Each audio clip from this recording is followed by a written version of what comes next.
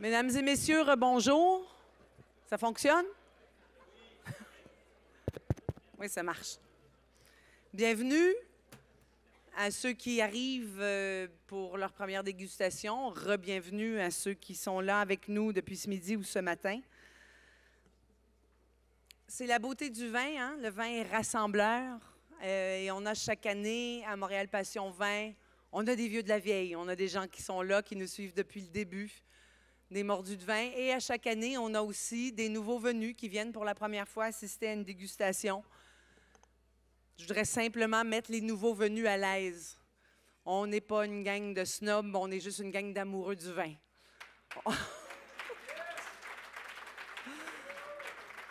On n'est pas là pour mettre qui que ce soit mal à l'aise, on est juste là pour partager notre passion des plaisirs du vin.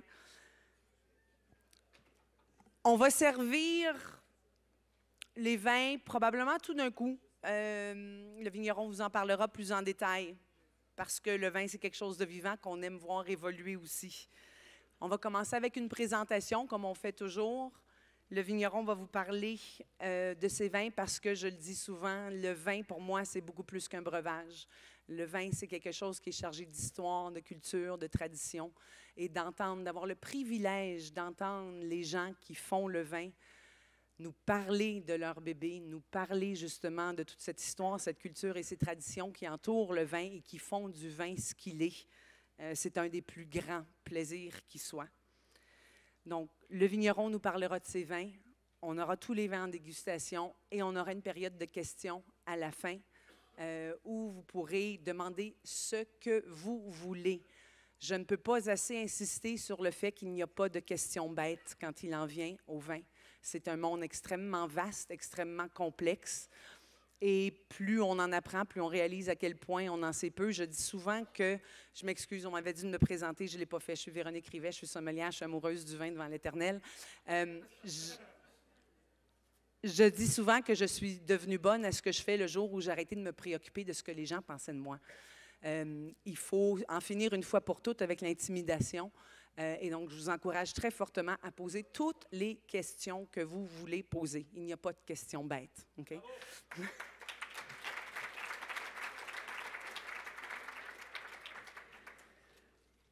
Il n'y a pas un pays au monde qui a le monopole, il n'y a pas un pays, pas une région qui a le monopole de la qualité. Il se fait du bon et du moins bon partout.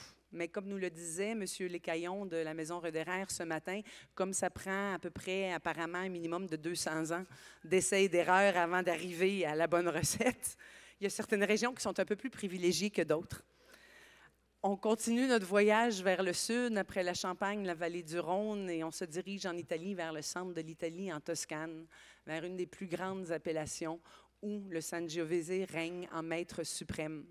C'est dans la région de Montalcino, avec le Brunello di Montalcino, qui est la seule appellation, je crois encore à ce jour, à être 100% Sangiovese. Donc, c'est vraiment la célébration de ce grand cépage toscan qu'on va célébrer aujourd'hui. Et pour nous en parler, le propriétaire et vigneron d'une grande maison de Brunello, Col d'Orcia.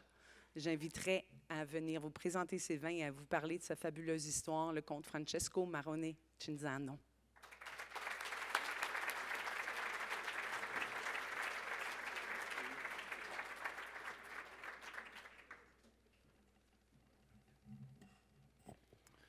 Et bonsoir tout le monde. Et merci pour l'invitation, merci Montréal Passion Vin pour cette opportunité. Merci à l'ESACU pour m'avoir invité à participer. Merci à mon agent qui, depuis plusieurs années, travaille pour promotionner mes vins ici, la maison François Fréchette. C'est vraiment un plaisir d'être ici et d'être dans une ville, dans une région qui sait apprécier les vins, qui sait apprécier les vins traditionnels. Je viens au Québec depuis plusieurs années. J'ai toujours du plaisir parce que je sais trouver des gens qui entendent les vins qu'on produit chez Col d'Orcia, les vins traditionnels qu'on produit à Montalcino. Alors, je vais profiter un peu des images que j'ai amenées pour parler. Voilà. Alors, Voilà, alors avant tout, je vais vous parler de Col d'Orcia. Col d'Orcia, c'est la colline qui regarde la fleuve Orcia. C'est un nom qui indique un endroit, qui indique une colline où tous les vignobles sont plantés. Alors vous allez goûter des vins qui sont issus des vignobles plantés sur cette colline. Et sur toutes mes étiquettes, vous allez trouver ce symbole que vous voyez ici sur l'image. C'est une modernisation d'un symbole d'une famille qui était propriétaire de cette colline au XVIIIe siècle. Et on l'a modernisé, on l'a réinterprété pour nos besoins du XXIe siècle. Il y a deux éléments. Il y a les 3 rangées de collines. Si vous avez visité la Toscane, vous savez combien de collines il y a en Toscane. Mais ça représente surtout, pour un agriculteur, pour un viticulteur tel que je suis, la mère terre qui produit nos vins. Pour moi, le concept de la terre, origine de toute chose, est aussi très important. J'ai vécu en Amérique du Sud aussi, et le concept de Pachamama, si vous le connaissez, le concept qui est aussi partie de la philosophie de slow food dont je participe, voilà, est aussi importante. Alors on a la terre, on a les 3 rangées de collines qui représentent la terre qui produit nos vins. Et puis, on a la main qui pointe à l'étoile, la main qui pointe à l'étoile qui est la représentation de notre recherche de la qualité, notre recherche de l'excellence en la vie de tous les jours. Et quand je parle d'excellence, je ne parle pas seulement de la qualité des vins, de l'excellence des vins, je parle de la qualité de vie, parce que c'est à travers une certaine qualité de vie qu'on arrive à atteindre la qualité qu'on cherche. La qualité de vie aussi des gens qui travaillent sur le domaine, parce que le vin est expression de tous les gens qui y travaillent, surtout les gens qui travaillent dans les chais. Comme j'aime dire, si le maître de chai est de bonne humeur, le vin sort meilleur. Sera meilleur. Voilà. Laissez-moi vous donner quelques informations sur Montalcino. Ici, sur cette image, vous avez où se trouve Montalcino sur la map de Toscane. Et vous pouvez voir, c'est une commune assez grande. C'est en fait une des communes plus grandes d'Italie. Ici, vous avez une autre image de Montalcino où il y a les différentes conditions géologiques, macro-géologiques du territoire, pour vous indiquer que Montalcino est très varié. Il y a des différents sols, il y a des climats très différents, il y a 250 producteurs, 250 interprétations de Brunello.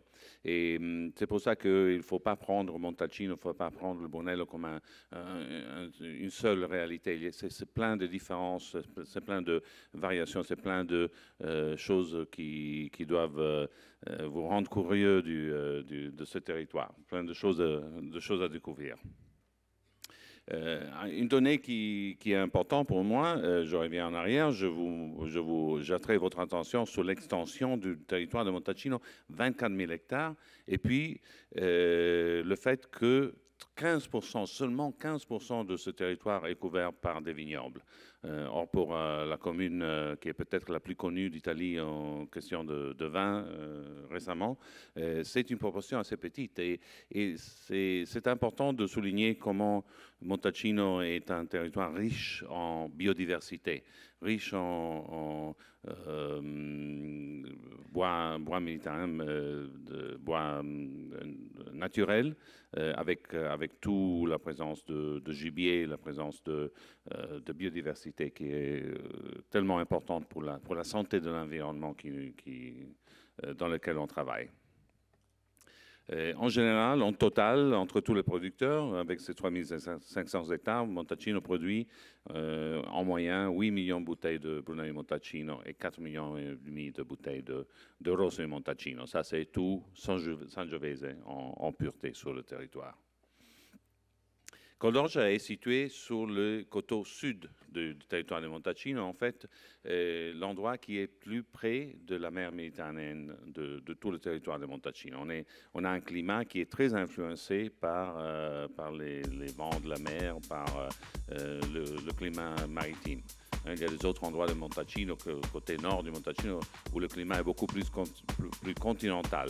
Et par contre, ici, le coteau nord, On est exposé au soleil du sud, sud-ouest, le soleil de toute la journée, de l'après-midi, et avec le vent qui vient du sud de la Méditerranée, qui vient du nord de l'Afrique, qui tape d'une façon assez directe sur nos vignobles et qui affecte beaucoup la qualité de nos raisins. Alors, un microclimat unique qui est, disons, représenté dans cette image. Vous avez un olivier, des oliviers de plus de 4 siècles qu'on a sur le domaine et qui sont témoins de comment cette colline, la colline qui regarde sur la fleuve Orge, a toujours été considérée un territoire spécial, un territoire hors du commun et où il y avait des oliviers. Dans le passé, il y avait toujours aussi de la vigne. Alors, sur la colline, sûrement, le vignoble a été planté au moins il y a 400 ans. On a une histoire d'au moins 4 siècles sur cette colline. Mais si on regarde plus en arrière, il y a des fouilles archéologiques dans la zone, pas loin du domaine, où on a retrouvé des coupes telles que celles que vous pouvez voir sur l'image. C'est une coupe qui s'appelle Cantaro. Le Cantaro, c'était la coupe dans laquelle les Étrusques, la population qui vivait dans la région avant les Romains, buvaient du vin et célébraient les fêtes. Et on parle d'une période qui date d'il y a 2500 ans. Alors, on peut dire que dans la région, le vin a été produit pour au moins 2500 ans en arrière. Les Romains étaient présents sur la rivière Orge. Il y avait une grande présence de villas romaines. Et évidemment, les Romains, ils aimaient le vin. Hein. Et puis, si on vient des temps plus récents, il y avait la présence à la fin du Moyen Âge des Templiers, Templiers tous les nouvelles ont été détruites par la suite. Et puis, la colline est passée dans les mains des plus puissantes familles de Sienne, qui évidemment avaient le choix sur les meilleures terres. Et à rotation, ils ont été propriétaires de cette colline. Jusqu'en 1973, quand mon père, venant du Piémont, en une période dans laquelle Montalcino n'était pas connu du tout, n'était vraiment pas le phénomène qu'on connaît aujourd'hui. C'était un endroit assez difficile à joindre, avec très peu de routes, très peu d'infrastructures. Mon père a eu cette vision incroyable d'investir à Montalcino, de se faire... de prendre la charge de cette colline et voilà, ça arrive à nos jours. J'ai eu la chance d'hériter de cette incroyable colline, héritage que j'interprète comme un emprunt. La terre n'est pas à moi. Je l'ai reçue, empruntée de mon père pour la laisser à mes enfants. On est dans la vallée de l'Orcia. La vallée de l'Orcia, c'est comme vous pouvez voir par cette image, un endroit assez particulier parce qu'il n'y a pas de grandes voies de communication, il n'y a pas d'autoroute, il n'y a pas de ligne d'haute tension, il n'y a pas d'établissement industriel. C'est assez naturel et en fait, comme vous pouvez voir sur cette image, il y a les oliviers, il y a les vignobles et puis il y a le bois méditerranéen. Qui donne de la biodiversité et qui rend spécial ce territoire au point qu'il a été déclaré parc naturel. Et les vins que vous allez goûter maintenant, c'est des vins qui sont produits de vignobles plantés dans un parc naturel. Pas seulement parc naturel, aussi patrimoine de l'humanité. En l'année 2004, pour la façon dans laquelle ce territoire a été géré dans les siècles, depuis la Renaissance, depuis le temps du bon gouvernement, tel qu'on l'appelle dans la région. La division des terres entre vignobles, oliviers, autres cultures est restée le même. Et c'est pour ça que il a été déclaré déjà il y a 11 ans en arrière patrimoine de l'humanité. Voilà, des vins que vous allez goûter maintenant qui viennent de vignobles plantés dans le parc naturel, dans un World Heritage Site. Mais le grand patrimoine de Col d'Orge, c'est le patrimoine humain. C'est le groupe de personnes qui travaillent. On en a déjà parlé, les autres vignerons l'ont dit, et c'est la grande vérité. On ne fait pas des grands vins tout seul, on les fait en équipe, on les fait avec l'expérience. Sur cette image, vous avez l'agronome de Col d'Orge qui travaille sur le domaine depuis 42 ans et qui en fait sait lire le vignoble. Parce que pour produire des raisins de qualité, il faut aller dans le vignoble jour après jour et être capable de lire ce que le vignoble vous dit. Le vignoble vous parle, le vignoble vous donne des signes de ce dont il a besoin, s'il a besoin de fertilisation, s'il a besoin qu'on lui enlève un peu de production selon les années et les conditions. Ou si on peut laisser les herbes dans les rangées ou s'il faut les enlever. Et voilà, et c'est tout basé sur cette expérience, cette know-how de l'homme et de l'expérience qu'il amène avec soi. Évidemment, il y a du travail derrière. Cette expérience ressort aussi de beaucoup d'années de recherche et développement, surtout avec l'Université de Florence, mais avec des autres universités aussi, où on a décidé de ne pas laisser aucun des aspects de la gestion du vignoble. Tout aspect de la densité de plantation, de l'éclone, des variétés qu'on plante, les porte-greffes et toute une série d'autres chapitres ont fait l'objet de recherches approfondies et d'un raffinement de protocoles qu'on construit désormais et qui nous donne la sûreté de la qualité. C'est important de noter que ce désir de préservation de la tradition, ce n'est pas non plus un rejet de l'innovation. Au contraire, c'est le mariage des deux, de vouloir conserver ces traditions, mais d'être ouvert aussi à l'innovation. C'est ça, oui. Il faut savoir que tel qu'on a découvert récemment dans les tailles d'hiver, on est revenu aux vieilles traditions de ne pas faire des coupes sur la plante, sur le cordon de bois de plus de 2 ans, comme on faisait dans le passé. Et certaines pratiques des années 80-90 ont été abandonnées parce que c'était une innovation qui n'avait pas marché. Et il faut toujours regarder quand on regarde l'innovation, aussi à la tradition, tout à fait. Est-ce qu'on commence à goûter les vins? Alors, voilà. Alors, les vins vont être servis l'un après l'autre. Le premier qui a été servi, c'est le 2010. Mais j'ai demandé à cette magnifique équipe de sommeliers qui travaille ici, qui nous sert le vin dans des conditions extraordinaires de température, avec une grande précision, de les servir tous ensemble, parce que je crois que c'est intéressant d'aller en avant et en arrière, et en sentant les verres, et surtout avec les 2 plus vieux millésimes, de ne pas les juger au premier nez, voilà, mais d'y revenir, de voir un peu l'évolution. Ils vont avoir une évolution dans le verre.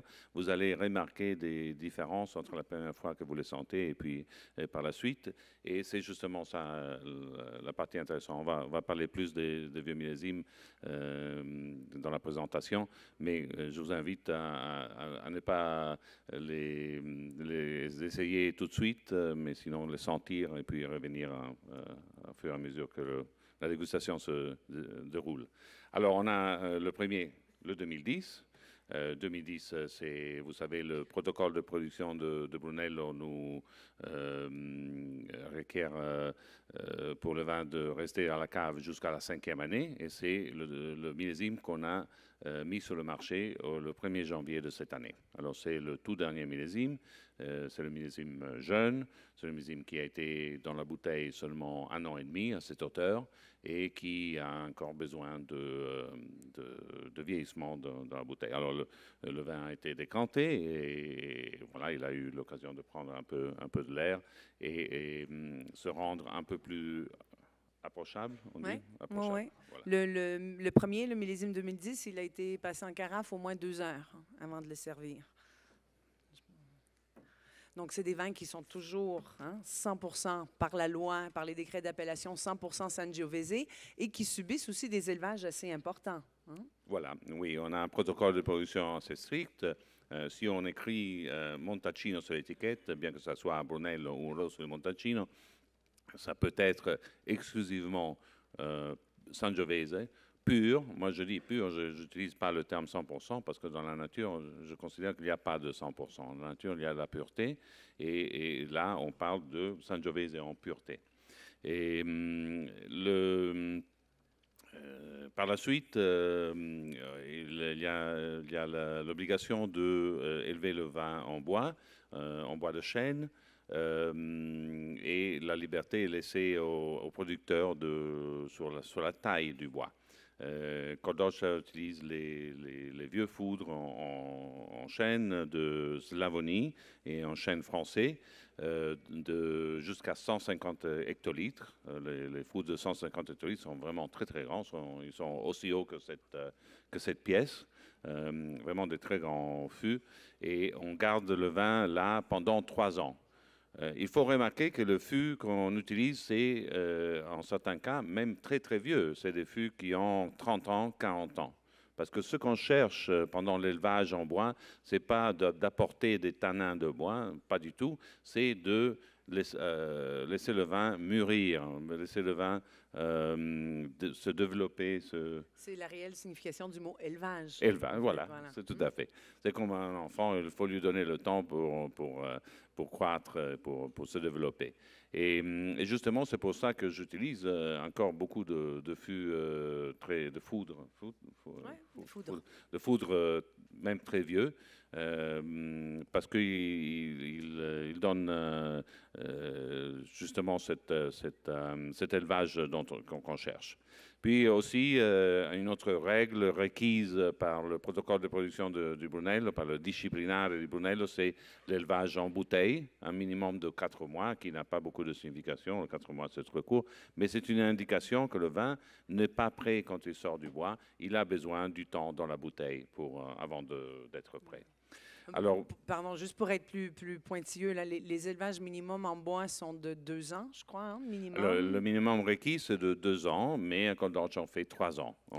Et vous ne pouvez pas mettre en marché avant 5 ans pour le Brunello et les Riserva 6 ans. Voilà, 5e année, 6e année, respectivement. Donc, c'est des longs élevages. C'est ça, oui, tout à fait. Et c'est pour ça que le premier vin que vous goûtez, c'est le dernier sorti, c'est le 2010.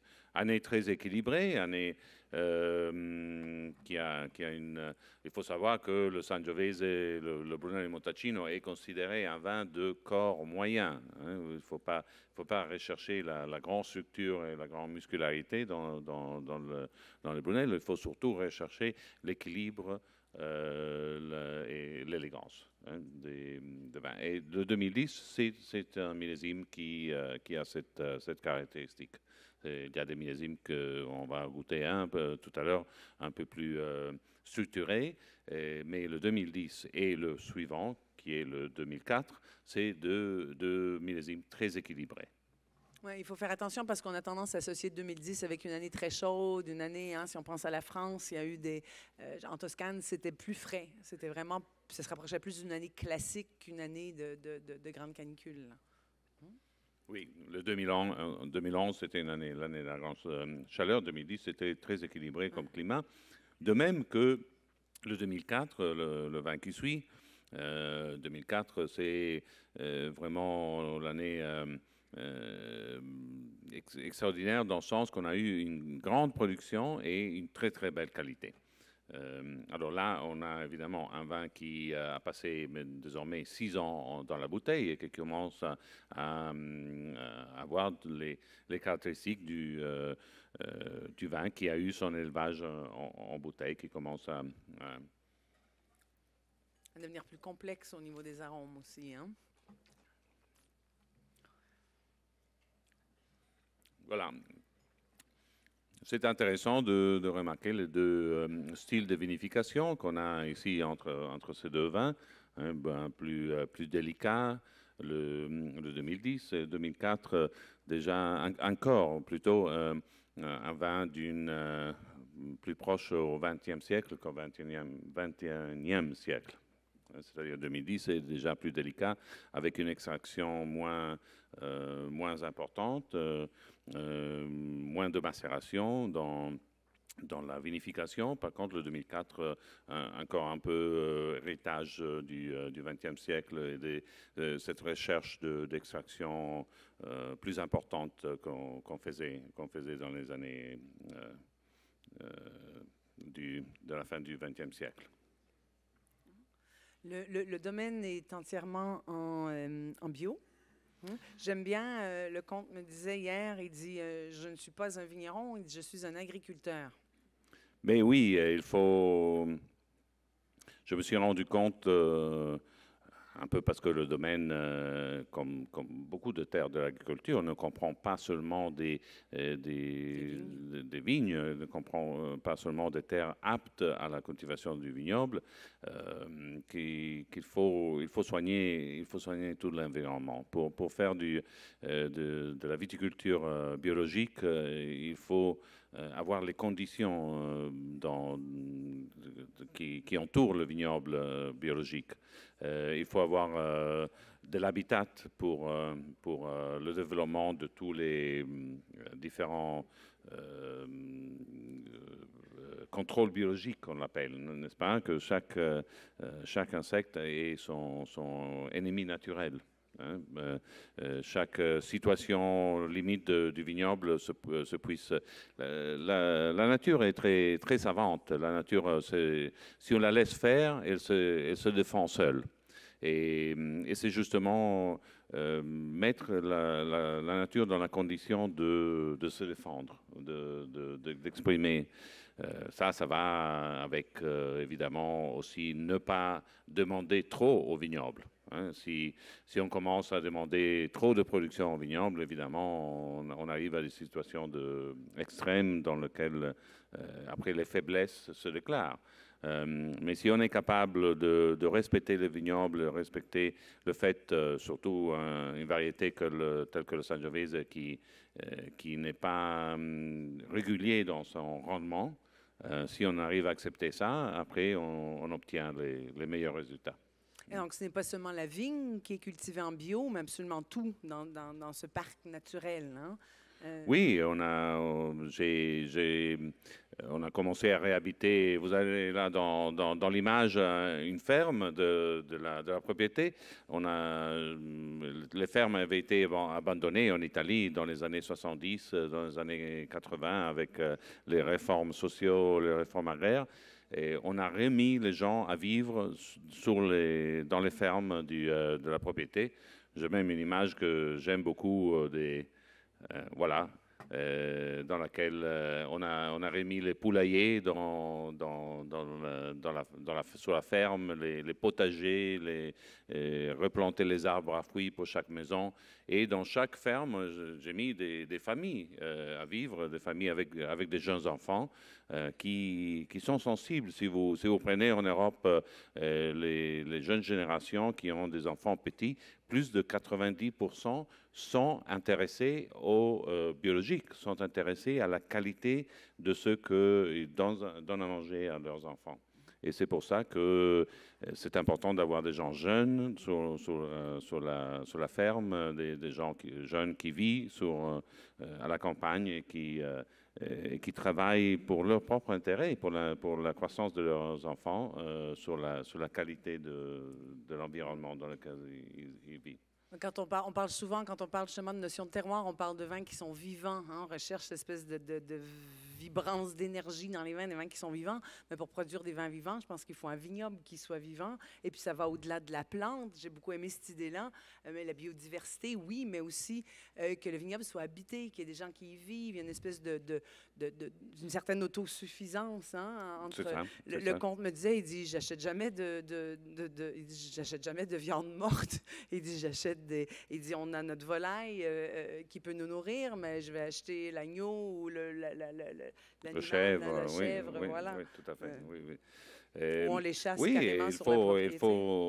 Oui, moi je parle du biologique parce que c'est là où je peux apporter officiellement une certification, mais il faut regarder au biodynamisme, il faut regarder à la campagne vivante et à l'application de pratiques biodynamiques. Moi, je ne suis pas un biodynamique, je ne suis pas certifié biodynamique, mais j'applique des pratiques de biodynamisme parce que le biologique, c'est seulement des interdictions d'utiliser des produits chimiques, des produits de synthèse et tout ça. Et il faut regarder au-delà de ça. Il faut regarder à maintenir vivant l'environnement et lui donner les conditions pour maintenir sain les cultivations. Pour en revenir au vin, les trois premiers, petit détail, les trois premiers, le 2010, le 2004 et le 97, sont tous issus de Magnum. Et les autres sont de bouteilles. Donc, je disais, le 2010, on l'a carafé 2 heures. Le 2004 a été carafé environ 1 heure. Et les deux suivants, le 97 et le 90, ont été servis plus ou moins décantés à la dernière minute ou préparés à la dernière minute. Alors, oui. Oui.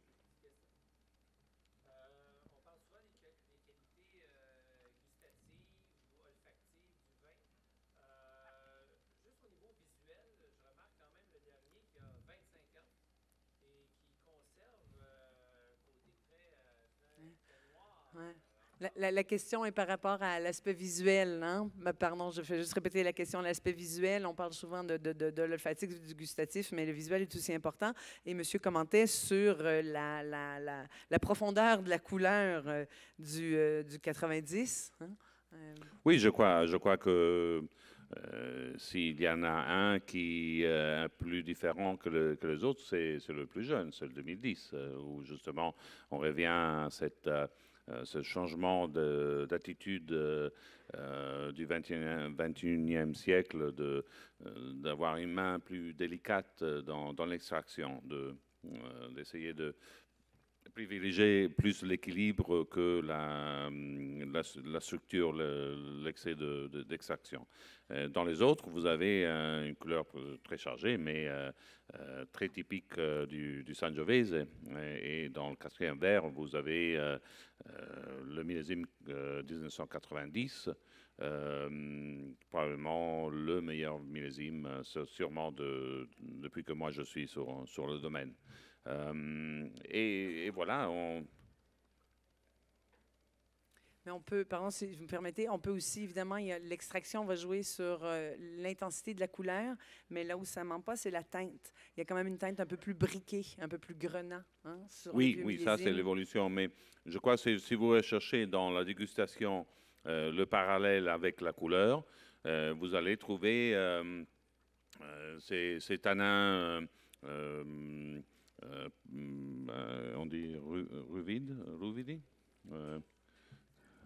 juvénile? Non? Oui, mais surtout pas soyeux, pas tout plus à fait. Rugueux. Voilà. Voilà, plus rugueux dans le 2010, dans le 90 plutôt. Et c'est justement ce que j'étais en train d'essayer de vous expliquer avant, de ce changement d'attitude, de recherche de l'extraction maximum qui existait dans le passé et qu'on retrouve dans ce vin. Mais sur tous les vins, l'élevage est le même au niveau du bois utilisé. Ça a toujours été des foudres. Ah, les bois, c'est toujours les mêmes. Hein. C'est les mêmes foudres. Bon, j'en ai changé quelques-unes quand même. j'en ai acheté de neuves aussi. Mais la troisième année, après les deux Trasiegos, chaque année, on change de foudre. Et la troisième année, le vin est déjà assemblé dans des foudres de 150 hectolitres. Et là, c'est toujours les mêmes. Ils n'ont pas changé. C'est la grosse différence, c'est au niveau du vignoble, toute une série de pratiques agronomiques qui ont été établies, de la sélection clonale qu'on utilise, la densité de plantation, le porte-greffe et tout ça, et sur la vinification, sur le moment de l'extraction des pots. Peut-être parler un tout petit peu, parce qu'on a fait le 2010 et le 2004, du millésime 97, qui était probablement un millésime assez chaud, non?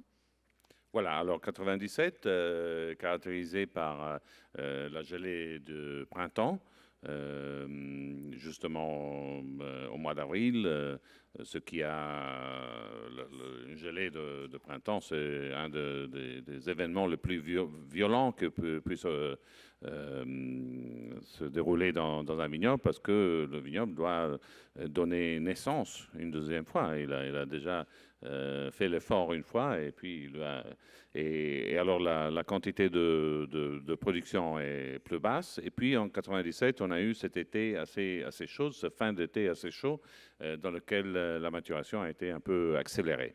Et je crois que vous trouvez ça dans le troisième verre, 97.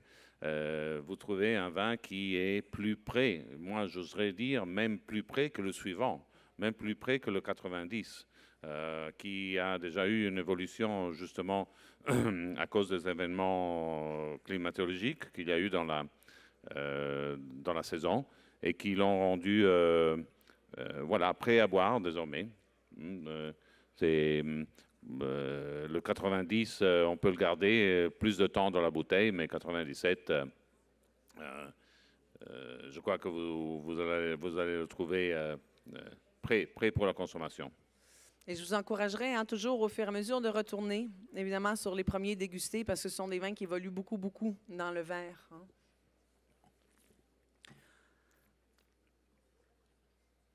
On va vous servir, on est en train de vous servir les 2 derniers millésimes.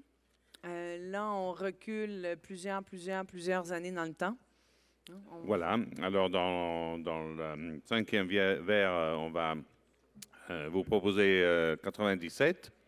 Et puis dans 77. 77. Pardon, 77. Dans le 5e verre, 77. Et puis dans le 6e verre, 1968.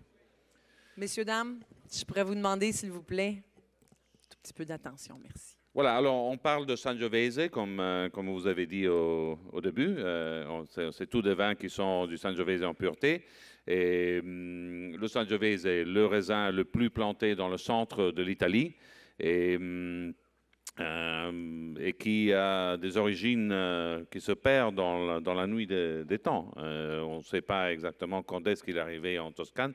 Moi, puisque les professeurs ne me donnent pas une date précise, j'aime penser que déjà les Étrusques utilisaient le Sangiovese ou bien un ancêtre du Sangiovese pour faire leur vin. Et aussi l'origine du nom, Sangiovese, n'est pas très bien connue. Une des théories dit, telle que j'ai mis sur cette image, Sang Jovis, c'est-à-dire le sang de Jupiter, le sang de Dieu. Hein, parce que de toute façon, le vin, depuis les temps anciens, a été utilisé pour les célébrations importantes, pour les célébrations religieuses. Et voilà, ici vous avez une image d'une grappe parfaite de Sangiovese pour un vigneron. Ça, c'est l'image magnifique.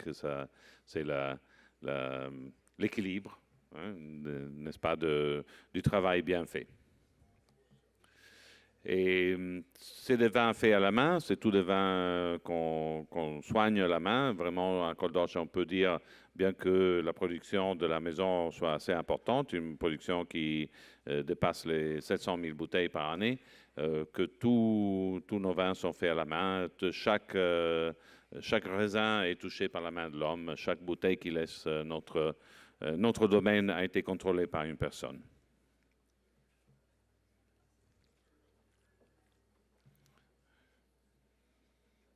Voilà, alors on arrive au... Moi, je goûte encore tout juste le 90 et puis Oui. j'adore le Sangiovese. C'est un cépage qui est très particulier pour plusieurs raisons. C'est un cépage rouge qui, dans des climats chauds, donne des vins qui ont une acidité bien marquée, qui ont des tanins bien marqués. Il y a peu de cépages rouges qui donnent des vins avec une acidité et des tanins élevés.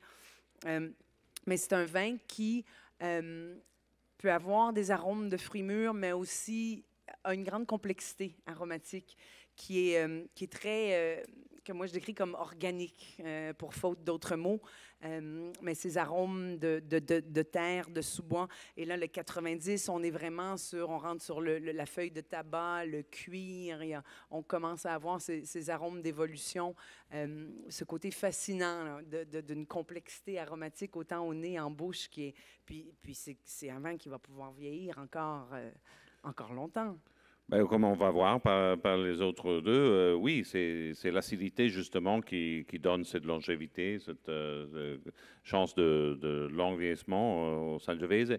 Et c'est important de le respecter ce qu'on essaye de faire encore de nos jours, de protéger, de prendre la décision de récolte, de vendange sur la base du niveau d'acidité et du pH. Du vin. Et voilà, c'est pour ça que le 90 a sûrement une belle chance de continuer à évoluer, de continuer à donner des émotions particulières. Je crois que c'est justement dans le vieillissement que le Sangiovese, le Brunello di Montalcino est devenu connu dans le monde. C'est quand des vieilles bouteilles ont été ouvertes dans différentes parties du monde que Montalcino a été reconnu comme un des meilleurs terroirs d'Italie.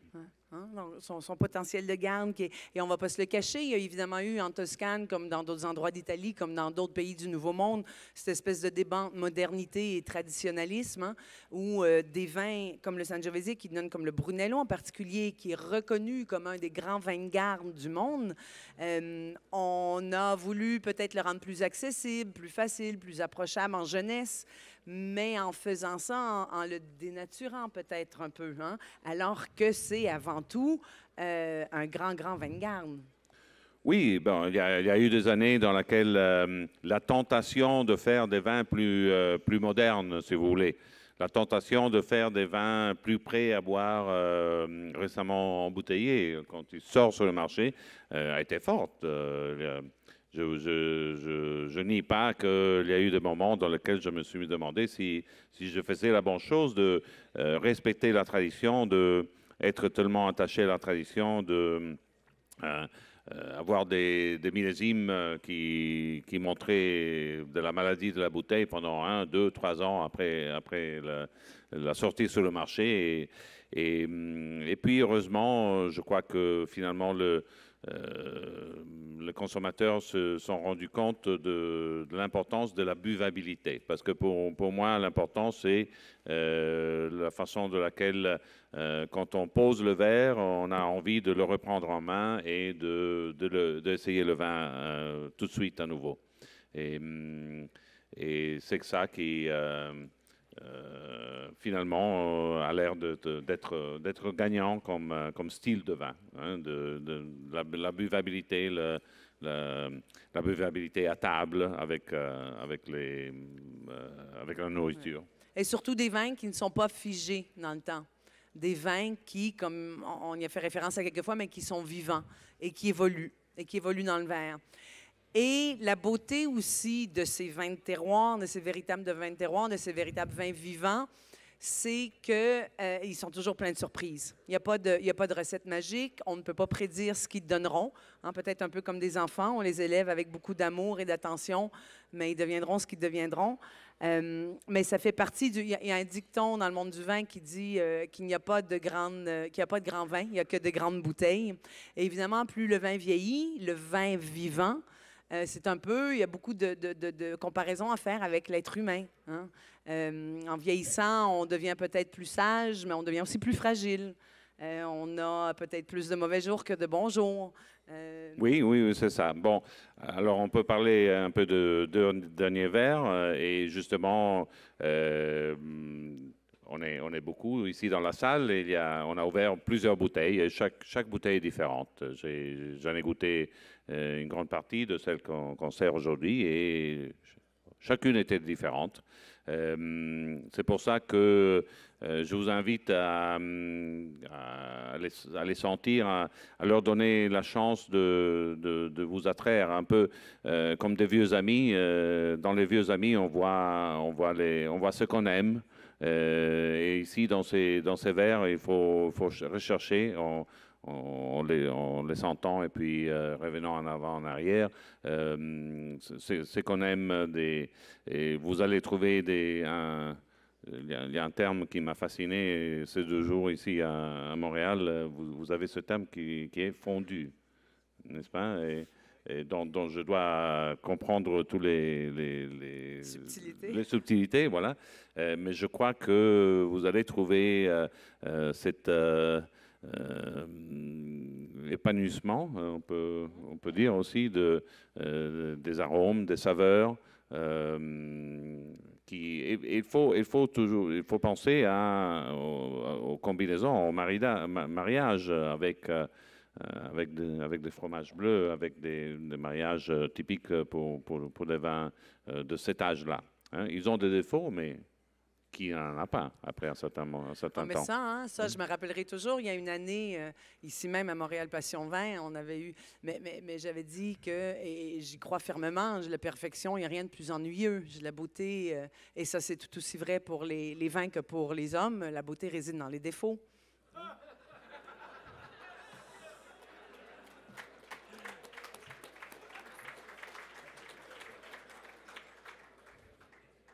S'il vous plaît. Je parlais d'hommes en termes généraux. Hein, évidemment. On a une question, oui.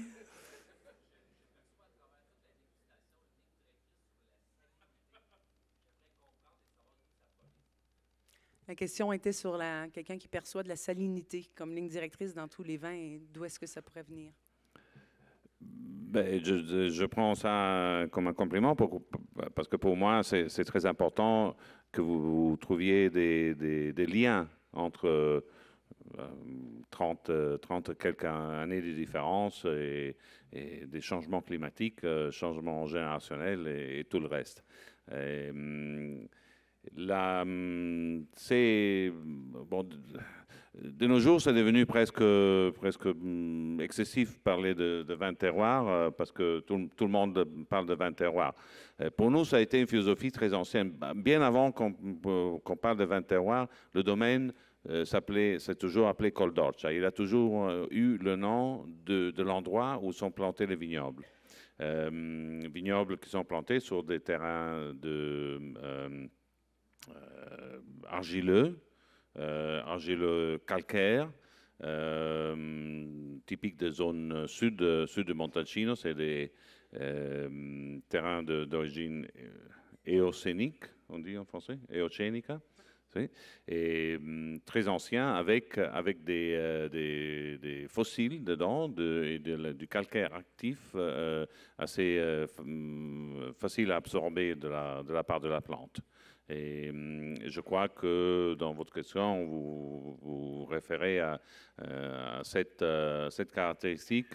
Je ne sais pas si vous retrouvez aussi, peut-être il y a des dégustateurs qui sont venus faire des verticales chez moi, qui retrouvent des noisettes, des noix grillées, voilà, tostate, sì, nocciole tostate, comme très caractéristique des différents millésimes de Col d'Orcia.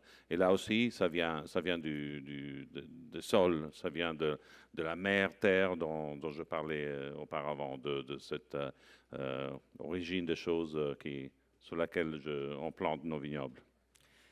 Moi, j'ai complètement perdu le compte du temps. Donc, si quelqu'un peut me dire à un moment donné combien de temps il nous reste? Parce que 5 minutes? Ah, on a une question.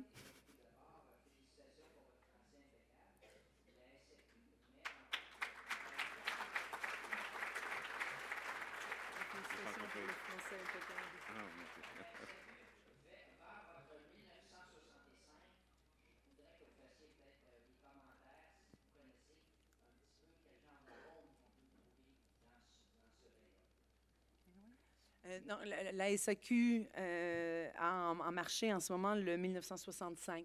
Et monsieur demandait si vous pouvez peut-être un peu le décrire au niveau des arômes, à quoi on peut s'attendre si on achète le 65.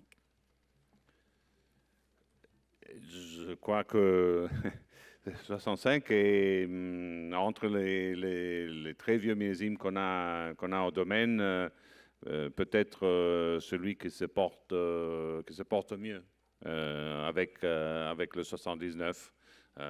C'est peut-être les deux qui...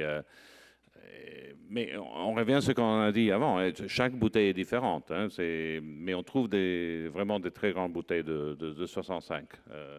Et c'est... Mais pour les situer oui, peut-être je crois que vous allez trouver plus d'arômes de fleurs sèches, de figues, figues sèches, figues secs, de pruneaux et de maraschino, de cerise au marascan. voilà, dans le 65. Moi ça me fascine, puis évidemment, c'est certain que, tout comme il n'y a pas deux personnes pareilles dans la salle, et comme il n'y a pas deux personnes qui goûtent pareil dans la salle, il n'y a pas probablement deux personnes qui ont des vins très, très semblables au niveau du 77 et du 68, hein, l'importance de la variation de bouteilles dont je parlais avec l'âge, mais ça fait partie des joies du vin. Moi, le 77 que je goûte est vraiment... Le Sangiovese, c'est un cépage qui je vous disais, était fascinant au niveau de sa complexité d'arôme, mais qui mêle autant le fruit frais que le fruit sec, même en jeunesse. Moi, le 77 que j'ai dans le verre est beaucoup, beaucoup sur le fruit sec, hein, alors que le 68 fait preuve d'une vigueur encore surprenante au niveau de ses tanins, de sa vivacité. Est-ce que c'est... peut-être deux mots rapidement sur les millésimes 77 et 68, comment ça se compare? Oui, le 77, c'était une année un peu plus fraîche. Le vendange a été un peu plus tardive comparé avec 68. Mais je crois que, en fait, vous pouvez remarquer ça dans le sens que l'évolution, évidemment, était très différente entre 77 et 68, mais 77 a un peu plus de profondeur et 68 est un peu plus court en bouche. Et là c'est vraiment la caractéristique qui est amenée depuis le climat de l'année de naissance, de l'année de...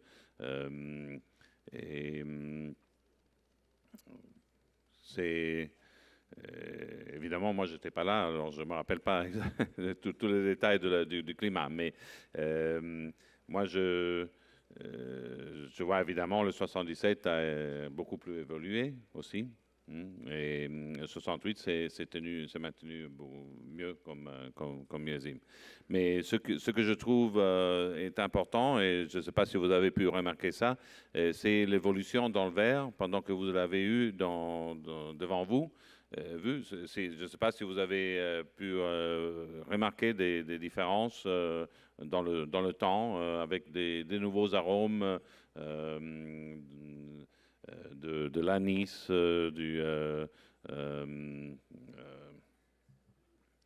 des autres arômes de cannelle. Plus épicés. Oui, plus épicés qui ressort avec le temps.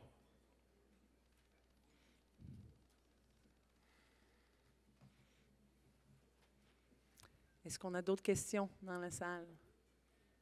Oui.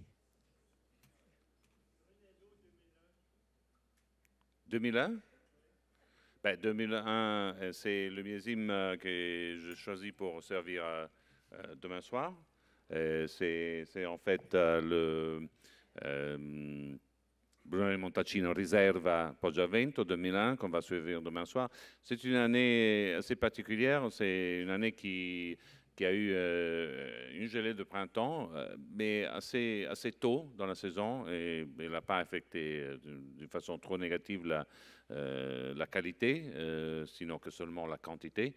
Et puis pour le reste, ça a été une année très fraîche.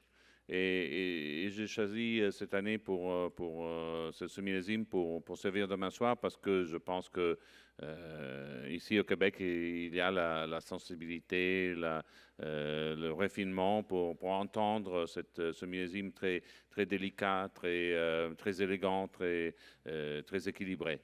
Et c'est avec 91 peut-être le plus éther, le plus délicat des millésimes que j'ai à la cave.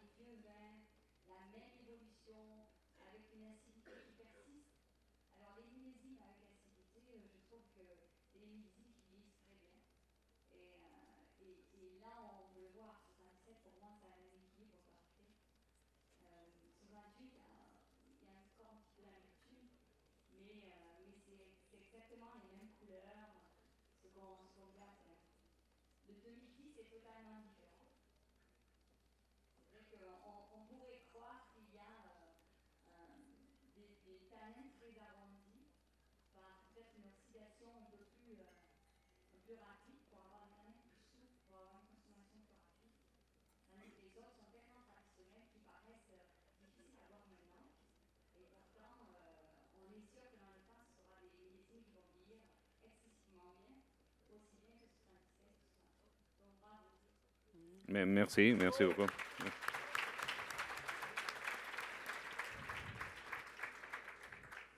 Je crois que ça vient seulement prouver à quel point le vin, c'est encore une fois, on est extrêmement choyé. On est incroyablement choyés d'être ici, tous, aujourd'hui, de pouvoir goûter des vins comme ça. Mais que le vin appartient à table, en bonne compagnie, et qu'on devrait le déguster pendant des heures et des heures pendant la soirée, en parler, en profiter, le voir évoluer et le voir nous donner comme ça des leçons. Je crois que c'était Laurence qui parlait de pouvoir faire des liens dans l'histoire du vin. Et c'est ce qui est tellement, tellement fascinant. Je crois qu'il y avait peut-être une dernière question.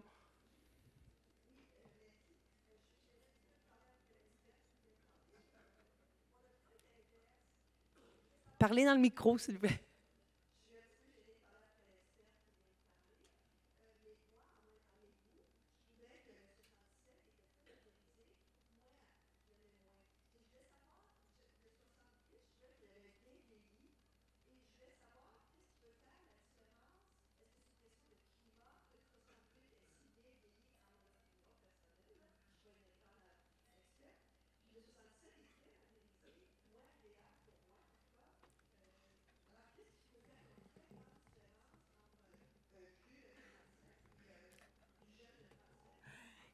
La différence entre un vieux de 68 et un jeune de 67, elle les trouve tellement différents.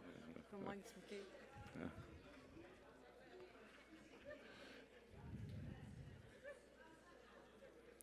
Voilà, merci. Non, vous avez tout à fait raison, madame. Il est clair que le 77, il est le plus faible des vins qu'on présente ici aujourd'hui.